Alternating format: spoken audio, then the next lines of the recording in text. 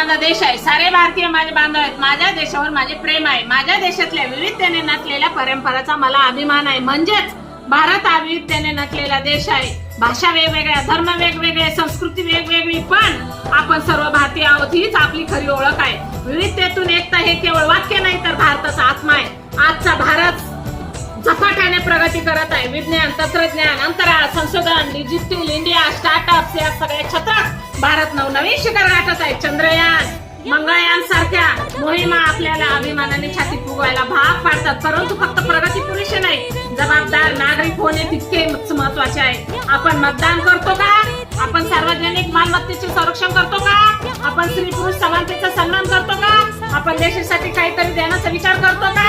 विशेषतः माझ्या प्रिय विद्यार्थ्यांनो, देशाचे भविष्य तुमच्या हातात आहे. आज तुम्ही अभ्यास करत आहात, उद्या तुम्ही डॉक्टर, इंजिनियर, शिक्षक, शास्त्रज्ञ, सैनिक किंवा प्रशासक बनाल.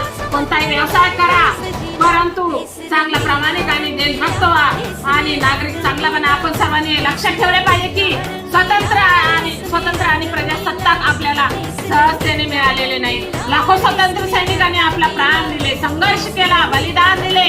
त्यांचे स्वप्न होते एक मजबूत, समतावादी आणि न्यायी भारत. आज प्रजासत्ताक दिनाच्या या पवित्र दिवशी आपण सर्वांनी एक संकल्प करूया.